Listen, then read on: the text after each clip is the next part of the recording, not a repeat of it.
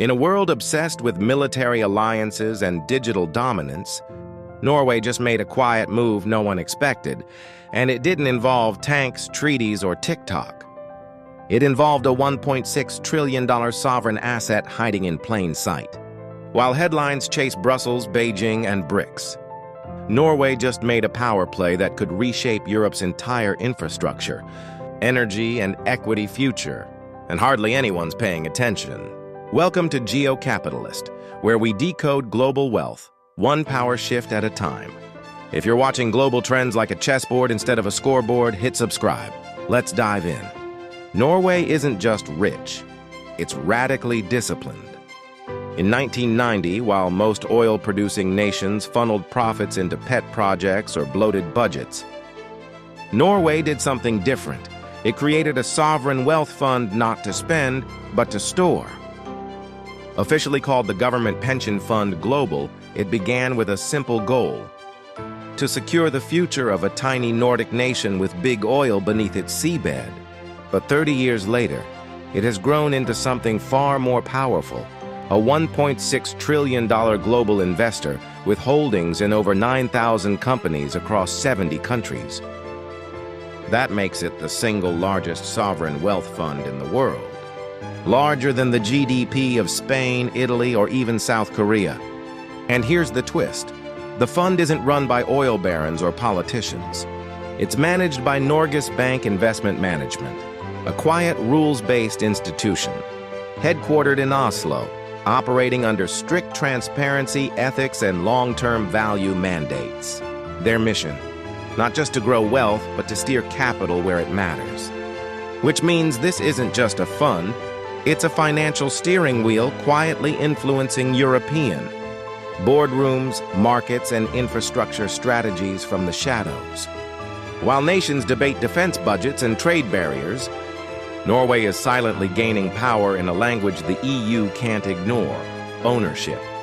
From utilities to tech firms, energy grids to green startups, the fund's reach is now so vast, it's reshaping the economic balance of Europe, and doing it without headlines, conflict, or controversy. It's not just a fiscal achievement, it's a geopolitical evolution hiding in plain sight. The brilliance of Norway's strategy isn't just in the size of its fund, it's in the discipline behind it. Most resource-rich countries follow a predictable cycle: boom, spend, bust. Norway broke that cycle by treating its oil revenues not as income, but as capital, to be preserved, invested, and grown. From the start, it imposed legal guardrails. No more than 3% of the fund's value could be used annually in the national budget. The rest? Deployed globally, through passive stakes in public companies, strategic real estate, and increasingly, infrastructure and green innovation. But this wasn't just financial prudence. Over time, this approach evolved into policy leverage. Norway's fund doesn't lobby or campaign. It doesn't headline summits, but it shows up where it counts: on shareholder registries and voting ballots in Europe's largest corporations. It's not just investing in markets, it's influencing them. Whether it's pushing companies to adopt ESG benchmarks, withdraw from ethically questionable zones, or disclose climate risks, the fund's actions ripple far beyond Oslo. This soft power isn't random, it's methodical. When Norway reduced its exposure to fossil fuel exploration, the message was clear: even a petrostate was pivoting. And when it ramped up stakes in renewable infrastructure, carbon tech, and clean logistics, it wasn't just chasing returns. It was laying groundwork for a European transition funded partly by Norwegian discipline. In effect, the oil beneath the North Sea has become a quiet vote in European boardrooms. Norway didn't just find wealth underground, it exported that wealth upstream into influence. And the EU is now shaped in part by a non-member with an investment arm larger than the ECB's annual budget. Norway isn't part of the European Union, but in some ways, the EU is now partially built on Norwegian capital. That's not hyperbole. From Frankfurt to Florence, European economies rely not only on Norwegian energy exports, but increasingly on Norwegian equity. Through the government pension fund Global, Norway has become one of the top 10 shareholders in over half the publicly listed companies in Europe. A silent presence on shareholder registers that rarely makes headlines, but quietly shapes outcomes. Consider the sectors. Norway supplies 25% of the EU's natural gas, making it a vital energy lifeline, especially after the continent's rupture with Russian supply. But beyond gas, Norway's capital is now flowing into Europe's clean energy sector, digital infrastructure, logistics, and advanced manufacturing. This isn't just investment, it's strategic alignment.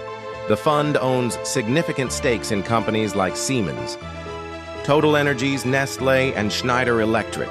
These aren't speculative plays. They're long-term anchor positions, giving Norway both stability and subtle sway. And it goes deeper. In the aftermath of Brexit and amidst economic fragmentation, European firms increasingly seek stable, values-driven, long-term investors. Norway fits that profile perfectly. It offers capital without political interference and sustainability mandates that align with EU targets. In many cases, Norway's fund is providing the patient capital European policymakers wish they had at home. This growing reliance raises a simple but powerful question. Can the EU afford to ignore a state that funds so much of its future? Norway doesn't sit at the decision-making table in Brussels, but more and more it funds the chairs those decisions are made from. While most sovereign funds chase stock returns or real estate trophies, Norway's fund is playing a deeper, slower game. Over the past decade, it's been quietly redirecting capital into Europe's physical and digital infrastructure, the veins and arteries of the continent's economic future. Not just wind farms or solar panels, but the platforms that power logistics, trade, and data across borders. In Germany, Norway's fund is backing smart energy grids that link renewables to factories. In the Netherlands, it's financing high-efficiency port upgrades, blending green tech with automated shipping infrastructure. In Ireland and France, it's moving capital into digital infrastructure, from undersea fiber optic cables to edge data centers, often through private equity firms where the fund holds minority stakes. These aren't headline investments. They're long-range chess moves, designed to generate stable returns while embedding Norway in the foundation of Europe's next industrial cycle. The most surprising part? The fund does it passively. No flags, no diplomats, just clean capital flowing through long-term infrastructure partnerships. This approach appeals to cash-strapped European governments under pressure to modernize, but hesitant to borrow more. For them, Norway becomes a patient ally, one that asks for no political loyalty, only predictable regulation. It's easy to miss these moves because they're not sensational. But that's exactly the point. Norway isn't bidding for attention. It's building influence through infrastructure, the kind of slow power that shapes outcomes for decades. And in doing so, it's gaining something rare: trust. Quietly, Norway has positioned itself as Europe's most stable foreign investor, not just of capital, but of credibility. At first glance, Norway's growing economic footprint seems harmless, even helpful. A well-managed, ethical investor backing clean energy and infrastructure across Europe? Who could object? But beneath the surface lies a strategic dilemma the European Union can't ignore. What happens when one of your smallest neighbors becomes one of your largest shareholders? Unlike China's state-owned funds or the Gulf's sovereign giants, Norway operates under high transparency and democratic oversight. But influence doesn't require coercion. It just requires ownership, and Norway has it in abundance. The fund holds between 1% and 3% of many of Europe's largest firms. That may sound modest, but in shareholder meetings, where turnout is low and stakes fragmented, that can translate into outsized voting power. And while Norway's fund is non-political by design, its investment philosophy carries policy implications. It enforces ethical exclusion lists, divests from companies tied to corruption, environmental harm, or certain lever of influence systems, and increasingly demands ESG compliance from its holdings. That means a non-EU country is effectively shaping corporate policy within the EU, without going through Brussels. For EU regulators, this raises uncomfortable questions. Should sovereign funds, even friendly ones, be allowed to exert structural influence over critical sectors? What if geopolitical tensions arise down the line? And can the EU maintain financial sovereignty if it becomes increasingly dependent on foreign capital to meet its energy and infrastructure goals? Norway's strategy isn't a threat, but it is a leverage point, one built on credibility, consistency, and capital. And like all leverage points, its power lies in how it's used, or not used. It sounds benign. Norway's sovereign wealth fund is a responsible, ethical investor. But what if that responsibility becomes a form of influence? Not through direct pressure, but through the terms of participation. This is the essence of what some analysts now call the ESG Trojan horse, a strategy that wraps moral alignment around capital deployment, giving Norway silent leverage inside the companies shaping Europe's future. The fund's ethical guidelines are among the most rigorous in the world. It excludes firms involved in corruption, environmental degradation, severe human rights violations, and certain industries altogether, like coal mining or controversial asset. But beyond exclusions, the fund also votes on shareholder resolutions, engages directly with boards, and issues public position papers on corporate governance and sustainability. In essence, it behaves more like a policy actor than a passive investor. For example, when the fund demands greater transparency on supply chain emissions or pushes for board diversity, companies listen, not because of Norway's military might, it has none, but because losing the fund as a shareholder would send a signal far beyond the balance sheet. And with over 1.4% of global equities under management, its vote can tip the scale in ESG-focused investor coalitions. Critics argue this amounts to outsourcing European policy to a non-member state. Others see it as a model for aligning capital with values. But either way, the dynamic is clear. Norway doesn't have to control companies to influence them. It just has to own a seat at the table and stay consistent. In an era of economic fragmentation and political mistrust, that kind of influence is hard to challenge, and even harder to match. In an age where global influence is measured by tech unicorns, superpower summits, and headline-making military posturing, Norway never fit the script. It has no aircraft carriers, no sprawling multinational conglomerates, no lobbyists in Brussels corridors. It doesn't issue sanctions or host G7s, and yet it now shapes parts of Europe's economy from the inside out. How did this happen without anyone noticing? Because Norway mastered the art of understated leverage. Its sovereign wealth fund didn't rise through charisma or confrontation. It rose through compounding trust, slow, disciplined, and almost boring. No fanfare, no sharp elbows, just quiet, rules-based investing with transparency reports so detailed they make auditors smile. While other countries grabbed headlines, Norway grabbed ownership, and with it, long-term relevance. It also helped that Norway was underestimated. In global forums, it's often viewed as the polite bystander, the model democracy with fjords, fish, and fairness. Few expected it to become a major stakeholder in the global economy, and that's precisely why it could.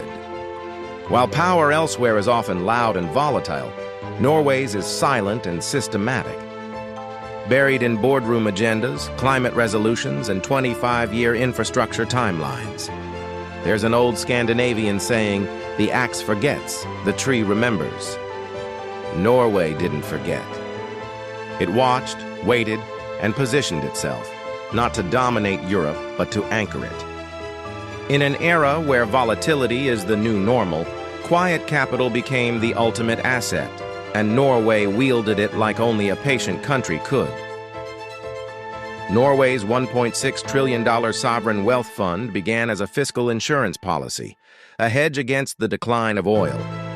But today, it's become something far more powerful, a geopolitical instrument reshaping how Europe builds, invests, and governs without a single treaty, army, or speech. And that creates a dilemma the European Union can no longer afford to ignore. On one hand, Norway represents the ideal investor, ethical, transparent, long-term, and independent. It fills funding gaps, supports ESG goals, and strengthens European infrastructure at a time when public budgets are stretched thin. On the other hand, the very scale of its holdings means the EU is now economically entangled, with a non-member state whose investment policies subtly shape its corporate behavior and sectoral priorities. This isn't about control, it's about dependency, and that raises the real strategic question. How should the EU respond? Should it regulate sovereign investors more tightly to protect autonomy? Should it rely on Norway's capital as a stabilizing force? Or should it try to replicate the model by creating its own long-term investment vehicles rooted in shared European values? The answer may not be binary, but one thing is clear. Norway has redefined what modern influence looks like. In a world where power often arrives with noise, Norway's came in silence and scale. The rest of Europe is now waking up to the fact that the quietest player on the board may have made the decisive move. And the next phase of Europe's future might not be written in Brussels or Berlin, but in the investment policies of a Nordic fund headquartered in Oslo. If you found this breakdown valuable, watch our next video. It connects directly to what's unfolding, and don't forget to subscribe. Your support helps us decode these global shifts without compromise. Let us know in the comments. Is Norway becoming Europe's most trusted investor, or its most overlooked power broker? Either way, the balance is shifting. This was Norway's $1.6 trillion power move the EU can't ignore. No one saw it coming. Thanks for watching, and we'll see you in the next video.